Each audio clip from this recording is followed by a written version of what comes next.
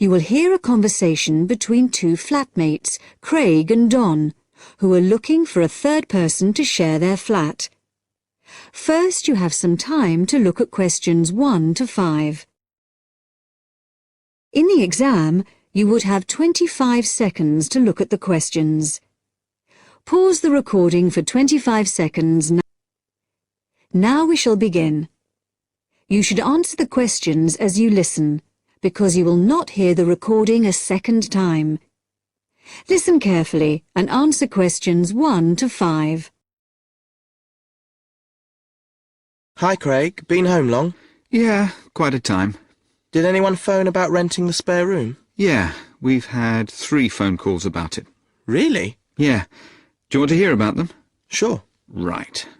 The first one was called Phil Parrott. Uh-huh. He's a teacher. He's just qualified and he teaches sports. Okay. Actually, I'm not sure about him. He certainly sounded energetic, but he asked lots of questions about whether we smoked and what sort of food we cooked. Yeah. I mean, we don't exactly live on pizza and chips and takeaways. Well, not quite, but... But he might be a bit too health-conscious to really fit in with the sort of life we lead. Yeah. And he asked a lot of questions about the room. He said he needs a big room because he's got lots of sports equipment. Well, that's okay. The room's quite big, but I'm not so sure about him. What about the second one? He was called David Spencer. Spender? No, Spencer. C-E-R. He works at Cooper Long. You know, the big company on Broad Street. He said he was a lawyer. Oh. I'd have thought in that case he'd be earning enough to rent his own place. I wonder why he wants to share a flat. Well, he didn't say. He's quite a bit older than us. He did say he's just moved down here from the north of England. He seemed very quiet, actually. Maybe he wants to meet some new people. I got the impression he was a hard-working kind of person who doesn't go out all that much. Right. But he sounded okay. Oh, one thing, though. He said he wouldn't be staying in the flat at the weekends, so he wants to pay reduced costs for gas and electricity, because he's only here 5 days out of 7. Oh. I'm not sure about that. What do you think? Well, I suppose it's fair, but it all sounds a bit complicated. Before you hear the rest of the talk, you have some time to look at questions 6 to 10. In the exam, you would have 25 seconds to look at the questions. Pause the recording for 25 seconds now. Now listen and answer questions 6 to 10. Anyway, there was a third person, Leo Norris. Yes? He's an engineer. Oh, yeah? And he's about our age. Right. What did he sound like? Well, actually, he was really funny. I couldn't stop laughing when I was talking to him. He said he was very lazy and never got up until noon at weekends, and I said that wouldn't be a problem here. No, certainly not. But actually, I suspect he was joking when he said he was lazy. I think he lives life as it comes. He's certainly not competitive or stressed, but he likes cycling and things like that. He sounds like an outdoor type. Anyway, I thought he sounded as if he'd fit in. He wanted to check if there was somewhere safe for his bicycle. That's not a problem. No, he can leave it in the garage with my car. So did you get his contact details? Yes, he left his mobile number. It's 077 687 2433. And does he want to move in straight away? Well, he's paid his rent in his present place up to the 31st of September, but he said that if possible he'd like to move in a bit before then.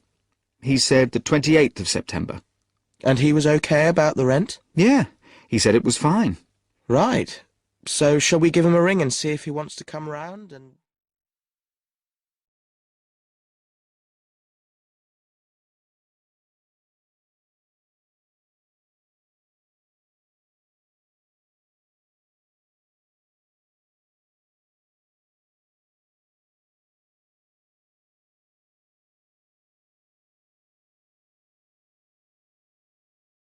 Now turn to Section 2.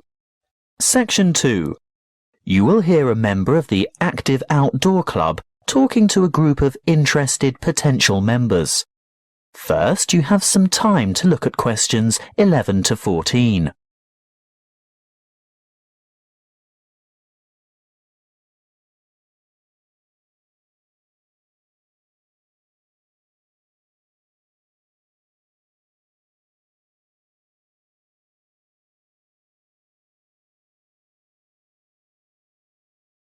Listen carefully and answer questions 11 to 14. I'd like to welcome you all to our Active Outdoor Club. I'll start by telling you a little bit about the history of the club and all that it can offer, and there will be a chance for you to ask questions over tea and coffee in the lobby afterwards.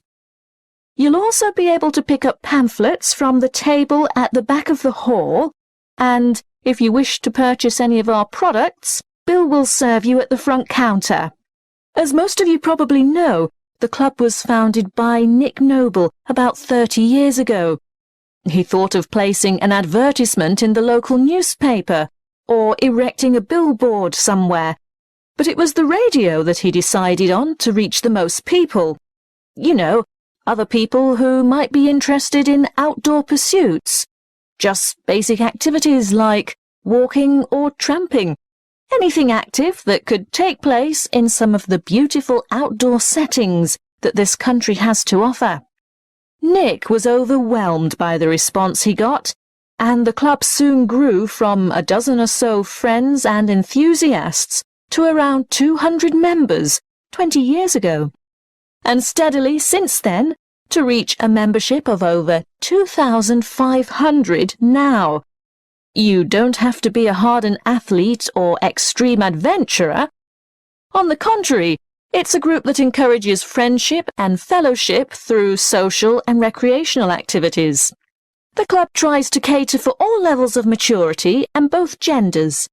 In fact, anyone who has the physical ability and a moderate level of health and fitness to participate in open-air activity on a regular basis. I think our youngest member is a 5-year-old boy, and our oldest member is a 75-year-old man. Of course, we have more challenging opportunities for those who are up to it, but all excursions are graded according to level of difficulty, and there will always be something for those families with small children. More about that later. I'm sure you realise that it's part of the focus of the club to ensure that our natural environment is kept as pristine as possible.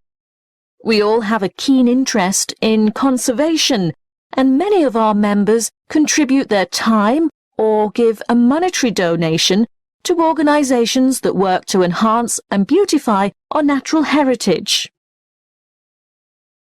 Before you hear the rest of the talk, you have some time to look at questions 15 to 20.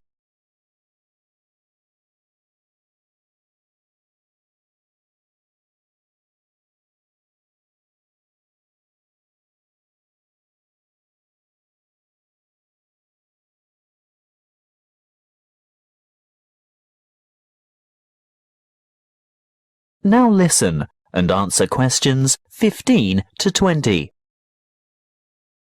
OK, now going back to the grades of activity, first of all, tramping. This is very popular with singles and couples without children, but is certainly not restricted to those groups. Tramping is arranged for Tuesdays and Saturdays throughout the year. Most tramps are of a duration of 3 to 5 hours, depending on the weather and the terrain, and of course the time of year. You would need to check the newsletter or the website to find out place and time, and if you wish to participate, phone the coordinator who can give you more information. I'll move on now to walking, which is very popular with families, but open to everyone, and walks are arranged for every Thursday and every Sunday over the course of the entire year. Walks last no more than 3 hours, although the Thursday walks might be shorter. And again, you would have to check the newsletter for details of the time and area to meet and get in touch with the walking organiser to confirm your participation. Now, The Wanderers are what you might call a subgroup of the Active Outdoor Club. This group was set up to cater for the less active, more elderly, or families with very young children who still want to enjoy the great outdoors, but without quite so much exertion. Bear in mind that the length of these activities is variable, but we're always home before dark. Any member of the club is welcome to join in their activities on a Sunday, which include visiting some of our more beautiful parks and botanical gardens, beach walks, picnics, and even boat trips to visit some of the small islands off the coast. Often guided tours can be arranged if there is enough interest. If you'd like to see what the Wanderers are up to, check the website and then phone the leader for more information. I'll bet you're all ready for that cup of tea now. But before I finish, I really must mention something that can be a lot of fun. A great opportunity to form new or strengthen existing friendships, and a chance to explore a part of the country that you may never have seen before. These are our mystery weekends. The committee puts a lot of time and effort into the organisation of these weekends away, not only for health and safety reasons, but also to ensure that everything runs smoothly and everyone has a good time. There will be a charge to cover travel and accommodation costs, but apart from that, it's an affordable and exciting weekend away from the city. For more information, call the chairman of the committee. You'll find his phone number in the newsletter. So, that's all I have to say at this point. Please enjoy the refreshments, chat with the others, and feel free to ask questions. All the committee members are wearing large red name badges, so they're easy to find. That is the end of section 2. You now have half a minute to check your answers.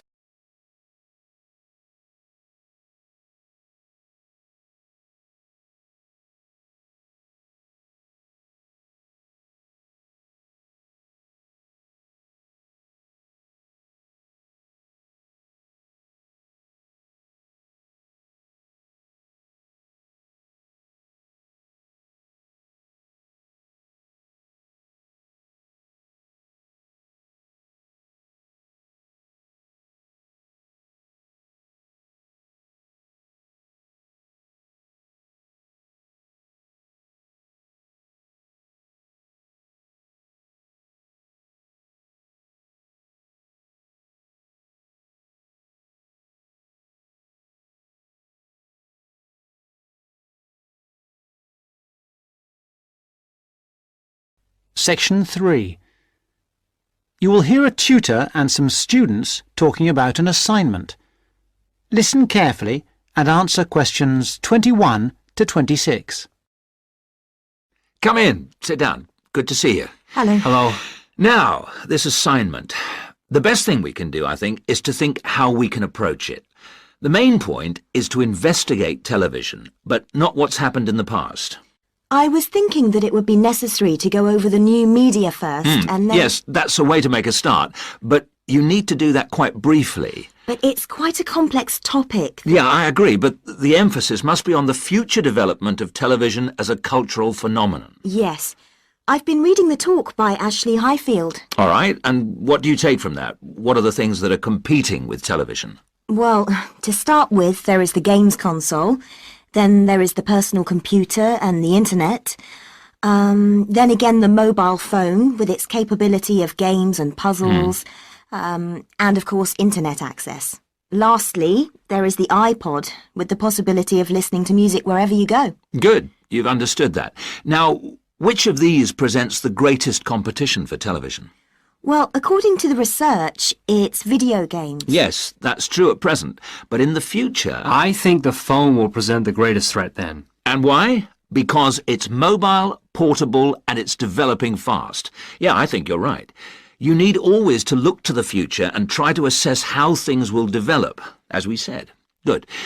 Now, you need to move on to the new social trends in connection with television. Is one of them the idea that programmes might become shorter and shorter? Ah, yes. The average program might be 10 minutes. Or even less, just mini-programs, say 4 to 5 minutes long. Now, do you think you can get access to all the materials you need? The problem at the moment is the library. Oh yes, what's happening there? There's a tremendous amount of noise because of the new extension they are building. It's quite impossible to work there. They are stopping work for a week next week, I believe, and then all the sections will be open.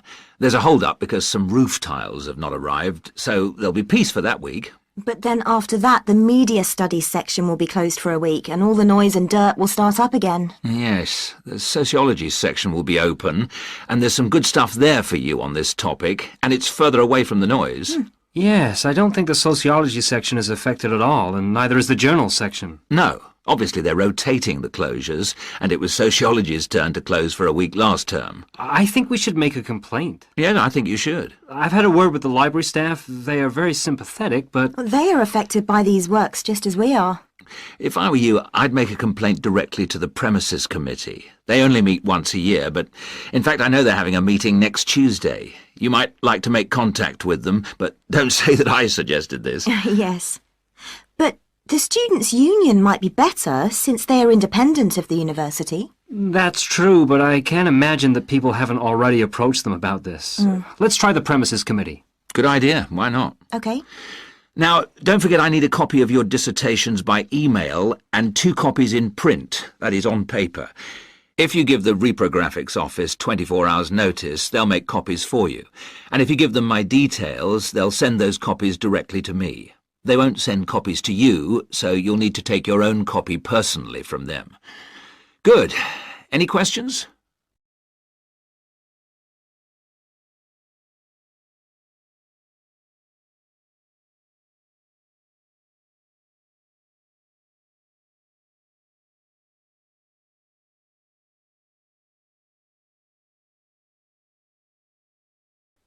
Now answer questions 27 to 30. One little thing was just that I wondered whether we should actually talk about that famous website. You know the one, YouTube. Ah, I was rather hoping you hadn't overlooked that. Good point. It's mostly homemade videos. I suppose you could say that each video is a television version of a podcast. Anything else? Yes, I've got a question, I'm afraid. I'm not completely clear about the exact meaning of culture, as we are using it in this subject. Well, Mrs. Jones is giving a lecture on culture and society in the University Theatre. It's on Wednesday at 10 a.m, and you can learn all about it there, I'm sure. Can you give us that again, please? Yes, that's Culture and Society. It's in the University Theatre, and let me just check the time. Yes, here it is, 10 a.m. on Wednesday. She'll be giving a very thorough discussion of the issues in defining what culture means. Right. That's good. The thing is, the reading list confused me a bit. One thing that occurred to me was that it might be broken down into subsections for future students. Yes, that's a fair point. I'll bear that in mind. Now, don't forget, you need to do the reading and finish the assignment by the 4th of July. Is that okay? Fine. Thank you very much.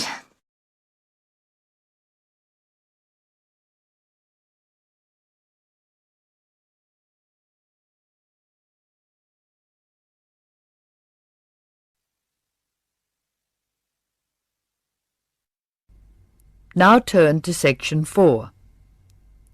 Section 4. You will hear an extract from an introductory talk given to a group of students who have just entered a university residential college. The speaker is the principal of the college. Listen to what the speaker says and answer questions 31 to 37. First, you have some time to look at questions 31 to 37.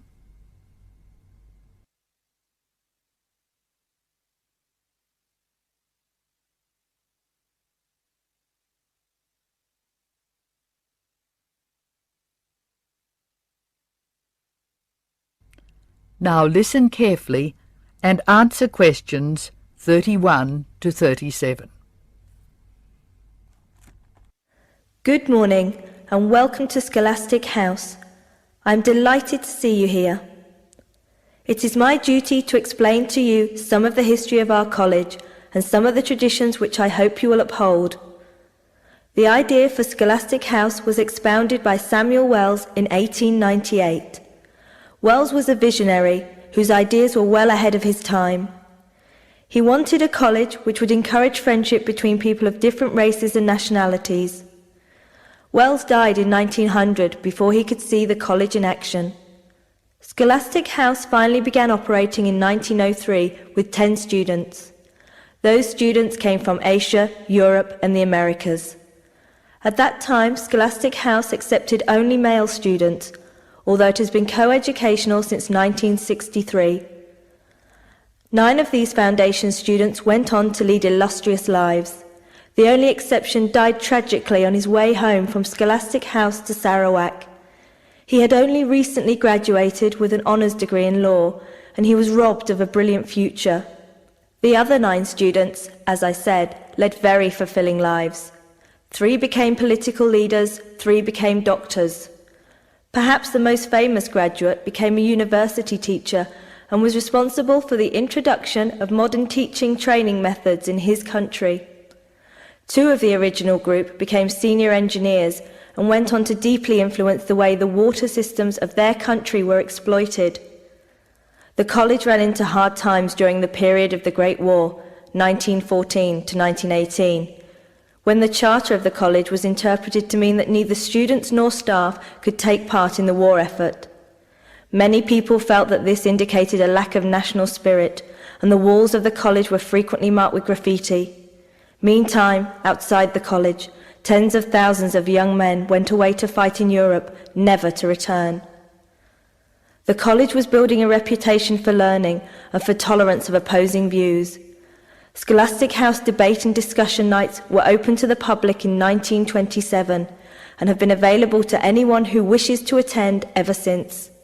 It is a proud tradition of the college that any view may be expressed, provided that it can be defended intellectually. Over the years, topics which were controversial at the time have been discussed and debated. Now look at questions 38 to 40.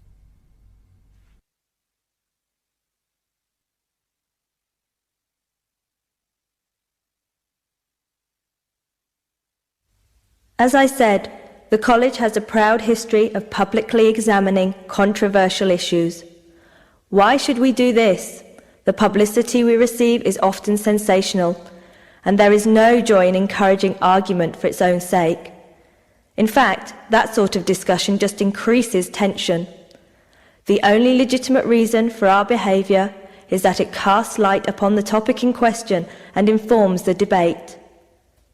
And controversial topics are the ones which most need informed attention.